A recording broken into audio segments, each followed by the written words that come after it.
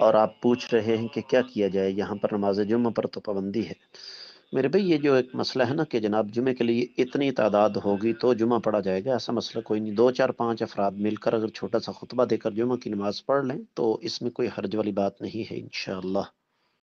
السلام علیکم، آپ نے سوال کیا ہے اذان کے دوران جب اللہ کے رسول صلی اللہ علیہ وسلم کا نام آئے تو صلی اللہ علیہ وسلم کہنا چاہیے جی۔ رہا یہ مسئلہ، دلیل تو وہی ہے کہ نبی علیہ الصلوۃ والسلام نے فرمایا جو شخص میرا نام سن کر درود نہیں پڑھتا وہ بخیل ہے۔ اب رہا یہ مسئلہ جی اسپیشل کوئی دلیل دے، لیکن امام صاحب 5ویں رکعت کے لیے کھڑے ہو گئے نماز کے دوران غلطی سے، کوئی مسئلہ نہیں انشاءاللہ۔ اگر غلطی سے کھڑے ہو گئے ہیں تو اس میں گھبرانے والی کوئی بات نہیں ہے۔ اگر تو کھڑے ہو رہے ہیں تو سبحان اللہ کہتے ہیں، امام صاحب بیٹھ جائیں گے، اور اگر ابھی کھڑے ہو چکے ہیں تو 5ویں رکعت پوری کریں، کوئی مسئلہ نہیں انشاءاللہ۔ اور اس کے بعد سلام پھیرنے سے پہلے 2 سجدے کر لیں۔ السلام علیکم ورحمۃ اللہ، آپ نے سوال کی ہے جب دعا مانگی جا رہی ہے اللہم عافنی فی بدنی اللہم عافنی فی سمعی، تو اجتماعی دعا کروائی تب کیسے الفاظ ادا کیے جائیں گے؟ اللہم عافنا فی بدننا، اللہم عافنا فی سمعنا۔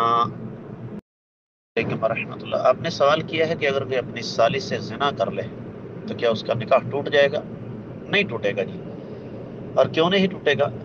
اس لیے کہ شریعت کا ایک اصول ذہن میں رکھیں، اور وہ اصول آپ نے دھیان سے سننا ہے کہ کوئی حرام کسی حلال کو حرام نہیں کر سکتا۔ دوبارہ بیان کر دیتا ہوں، کوئی حرام کسی حلال کو حرام نہیں کر سکتا۔ زنا حرام ہے، نکاح حلال ہے، تو یہ جو زنا ہے یہ اس حلال کو حرام نہیں کر سکتا۔ السلام علیکم ورحمۃ اللہ وبرکاتہ۔ شیخ صاحب، میرا یہ سوال ہے کہ یہ حدیث بھی ہے کہ نہیں کہ جس معاشرے میں بے حیائی عام ہو جائے وہاں کے لوگوں میں طرح طرح کی بیماریاں پیدا ہوتی ہیں؟ اس کا جواب دینے کا لی جزاک اللہ۔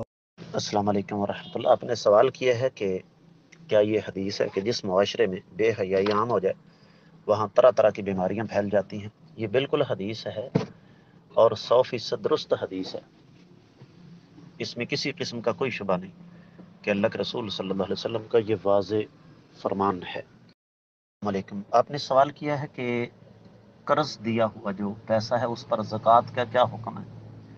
بڑا اچھا سوال ہے۔ قرض 2 قسم کا ہوتا ہے، جس کو ہماری زبان میں کہتے ہیں ایسا قرض جس کی واپسی کی امید ہو، اور دوسرا وہ قرض جس کی واپسی کی امید نہ ہو۔ جس قرض کی واپسی کی امید ہے اس پر تو سالانہ آپ کو زکوٰۃ دینا پڑے گی اگر وہ نصاب کو پہنچتا ہے تو، اور جس کی واپسی کی امید نہیں ہے اس پر آپ زکوٰۃ نہیں دیں گے، لیکن اگر وہ مل جائے، جس سے آپ نے خود ذکر فرمایا کہ 20 سال ہو گئے، تو پھر جب ملے گا تو اس پر آپ زکوٰۃ دیں گے۔ شرط یہ ہے کہ وہ مال نصاب تک پہنچ جائے، یعنی اس پیسے کی مقدار 52.5 تولے چاندی کے برابر یا اس سے زیادہ ہو۔ السلام علیکم ورحمۃ اللہ۔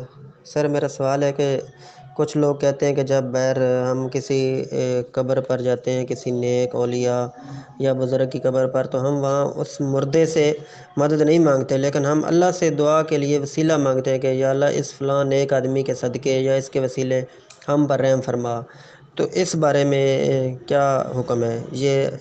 اس کی کیا حقیقت ہے؟ اسلام میں اس کی کیا حیثیت ہے؟ آپ نے سوال کیا ہے کہ لوگ کہتے ہیں ہم جب کسی قبر یا مزار پر جاتے ہیں تو فوت شدہ کے وسیلے سے دعا کرتے ہیں، اس سے نہیں مانگتے۔ میرے بھائی یہ بات ذہن میں رکھیے گا کہ فوت شدگان کے وسیلے سے دعا کرنا یہ کفار مکہ کا عقیدہ ہے۔ سورہ زمر اٹھائیے، ابتدائی آیات، اللہ تعالیٰ فرماتے ہیں کہ یہ جو کافر ہیں کیا کہتے ہیں؟ ما نعبدہم الا لیقربونا الی اللہ زلفی، ہم ان فوت شدگان کے بتوں کی عبادت اس لیے کرتے ہیں کہ یہ ہمارا اللہ کے ہاں وسیلہ ہے۔ تو فوت شدگان کے وسیلے سے دعا کرنا تو کفار مکہ کا عقیدہ ہے، اسلام میں وسیلے کا تصور یہ نہیں ہے۔